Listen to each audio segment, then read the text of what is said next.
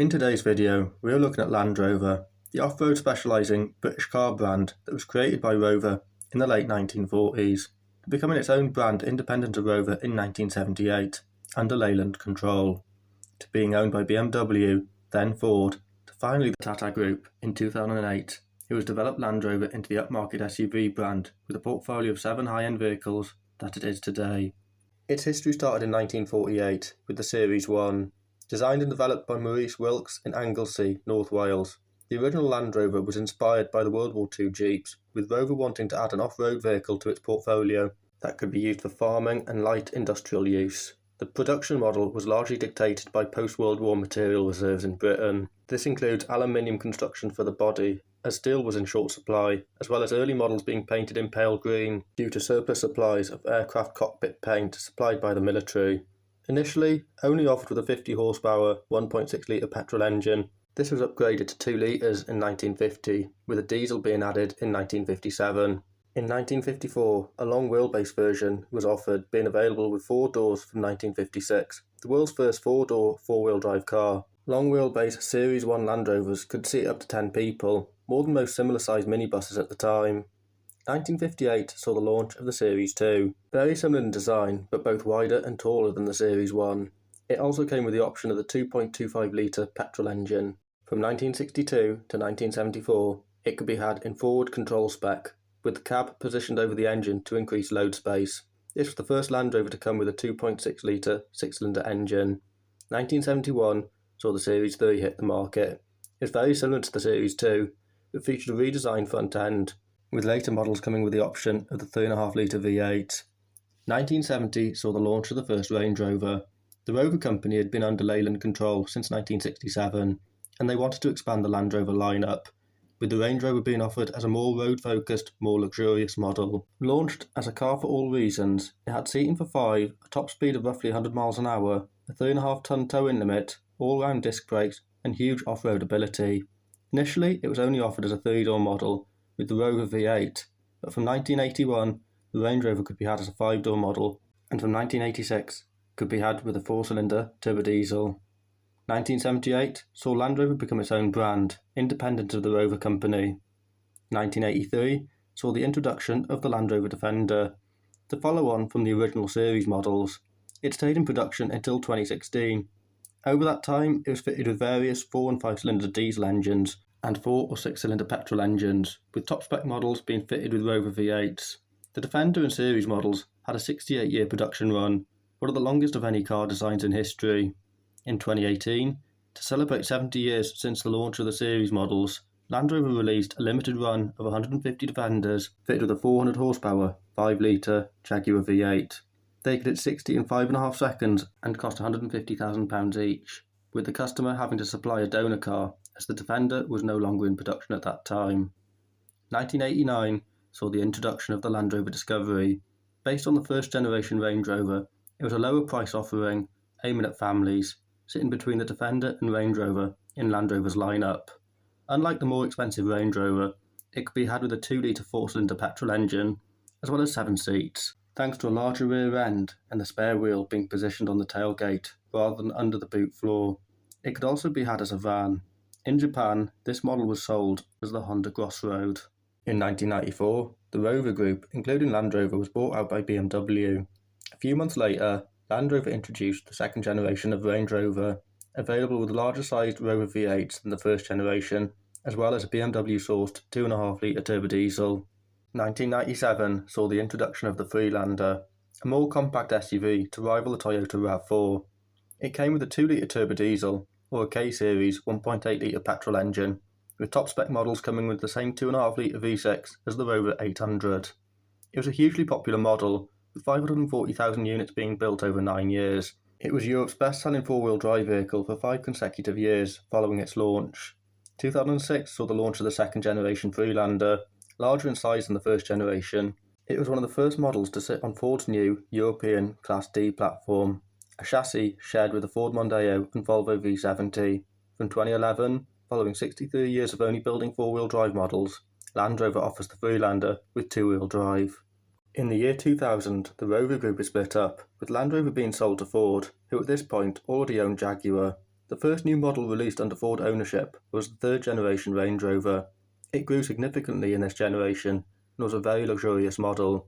It came available with many V8 petrol or diesel engines, as well as a BMW-sourced 6-cylinder turbo diesel.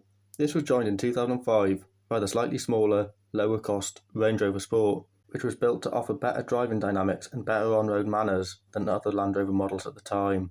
The Range Rover Sport was hugely popular and gained huge publicity from a long list of celebrity owners. This also helped the model to depreciate at a far slower rate than any competing premium SUV. 2004 saw the introduction of the Discovery 3. Confusingly, this was the second generation, with Discovery 1 and 2 making up the first generation. The 7-seat, family-orientated model was larger than its predecessor and weighed 2.5 tons. This was thanks to the complicated, integrated body frame setup that combined a monocoque build bolted onto a ladder frame chassis. This led to high running costs, as well as relatively low levels of performance from its V6 and V8 engines. The model was also criticised for poor reliability and high repair costs. The Discovery 4 of 2009 addressed most of the reliability issues and had a more powerful range of engines. It still remained expensive to run though, with the majority of owners choosing it for its strong towing ability as opposed to its family car credentials. In 2008, Ford sells Jaguar and Land Rover to Tata Motors of India. 2011 sees the release of the Land Rover Range Rover Evoque, a premium, compact SUV which essentially brought the Range Rover badge and design to a new range of customers, thanks to lower costs to both buy and run. It was a very appealing design and proved very popular, especially with younger customers. For many years, the Evoque had the highest resale value of any production car sold in Europe, with typical 3-year-old models worth 3/4 of their new purchase price. This was thanks to massive demand for the model. It came available with a range of 4-cylinder turbocharged petrol or diesel engines, initially as a 5-door SUV or 3-door coupe SUV. From 2017, for the final 2 years of the first generation, the Evoque could be had as a 4-seat convertible. 2012 saw the launch of the 4th generation Range Rover, a full 5 metres in length or 5.2 metres in long wheelbase form. It drops the steel body from the previous generation for an all-aluminium monocoque setup, which saves over 400 kilograms in weight. It's the first fully aluminium production 4x4. Over its 10-year life, it came available with a range of petrol and diesel engines, as well as a mild hybrid and plug-in hybrid option. At the top of the range, had the SV Autobiography model, which used a 560 horsepower, 5-litre supercharged V8. Despite its huge size, it could hit 60 in 4.3 seconds and topped out at 176 miles an hour. The Range Rover was followed in 2013 by the introduction of the second generation Range Rover Sport. It followed the principles set out by the first generation in being slightly smaller and lighter, with a lower roofline than the regular Range Rover. With a more dynamic drive, it was the first version of the Range Rover to come available with 7 seats. At the top of the range sat the SVR spec, with the 5-litre supercharged engine putting out 575 horsepower and 700 Newton meters of torque, enough to hit 60 in 4 seconds dead. 2014 saw the Freelander replaced by the Discovery Sport. Despite only being a slight bit bigger than the Freelander, the Discovery Sport could be had with 5 or 7 seats. It sat on the same chassis as the Range Rover Evoque, as well as parent company Tata's Harrier and Safari models in India. From 2017, the Discovery Sport was Land Rover's bestseller for many years. In 2019, second generations of both the Discovery Sport and Range Rover Evoque were released. The updated models used a new chassis that Land Rover called the Premium Transverse Architecture. The chassis was shared with the Jaguar E-Pace and could be fitted with either mild hybrid engines or plug-in hybrid technology. 2017 saw Land Rover introduce the Discovery 5. This generation had a softer, more rounded design in comparison to earlier models. It was largely influenced by Range Rovers at the time. It was also the first Discovery to be fitted with a 4-cylinder engine since the 1990s. As of 2019, the Discovery is only built in Slovakia. That, combined with poor reliability and an awkward rear-end design, means that unlike other Land Rover products, this Discovery generation has not been a sales success.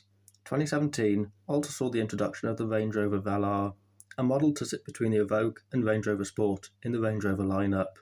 In 2018, it was crowned the world's most beautiful car in the World Car Awards. It shares many parts with the Jaguar F-Pace, and despite being set up with a focus towards on-road dynamics, the Velar is capable off-road and can tow up to 2.5 tons. Car and driver recorded the top-spec Velar SVA, doing 0 to 60 in just 3.8 seconds. 2020 saw the introduction of the all-new Land Rover Defender, a controversial model in the eyes of Land Rover purists. The new SUV uses a monocoque chassis and is available in 3 lengths, 90, 110 and 130 models. Available with up to 8 seats, as well as being specified as a commercial van, it comes available with a range of 4 and 6-cylinder engines with mild hybrid and plug-in hybrid options. At the top of the range sits a pair of V8 engines. The most powerful is found in the Defender Octa.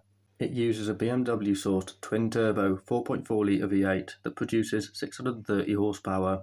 It costs £150,000 and has a top speed of 155 miles an hour and can hit 60 in 3.8 seconds.